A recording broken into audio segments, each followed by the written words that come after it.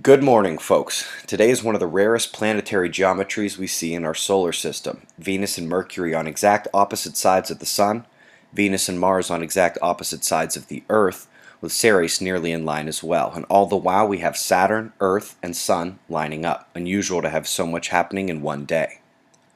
We'll start with a recent revelation.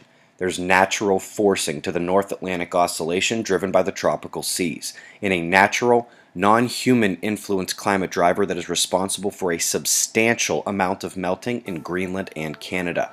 Also note, this oscillation is what many scientists now believe is dependent on solar flaring. Now, sticking in this same vein, who is John Coleman and why do you care? He was the first forecaster on Good Morning America and founder of the Weather Channel. He sees the same lies and bad science based on incomplete computer models instead of the observations that have proven global warming science wrong for 20 straight years now. He, like me, is highly perturbed by the 97% agreement number they like to toss around. In our conference speech, we mentioned that over 9,000 PhDs denounced the current erroneous climate propaganda in the US alone.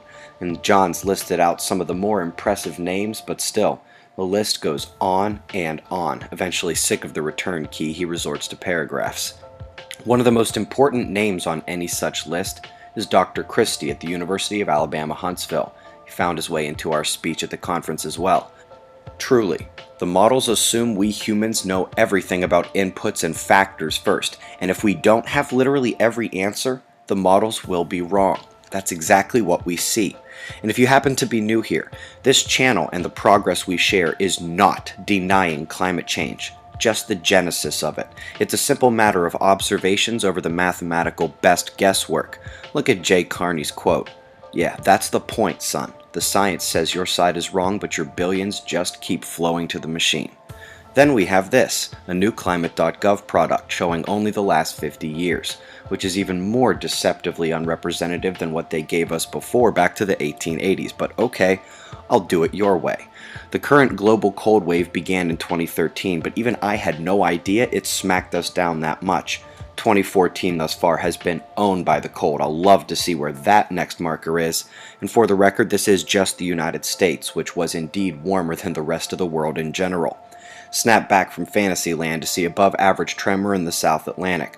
We're also seeing more shaking this morning at the Mexican coastline where the low is no longer tracked as a threat, but still maintains form and is a rain event. We're also now monitoring a tiny low in the Northwest Pacific, slated to shift north just east of the subduction zone. Modus over Australia seeing significant burning in the northern parts of the country. Could be drier, but not the rainfall you'd want to mitigate. The dry season begins. I see lows over Sweden, east of Greece, and the big one in the North Atlantic. Pulling the cloud overlay shows which convergences are most active. Earth spots in the Pacific. High hasn't moved in the past 2 days, but the low keeps creeping east. Keep an eye there. But we're mostly concerned still with the mainland today as severe weather is going to show up again. It will shift eastward tonight. Keep an eye on local warnings. Solar wind shows nearly 24 hours of calming telemetry and then a density spike. KP index was heading down, but our shield felt that shock, and the sensitive magnetometer took a dive as well.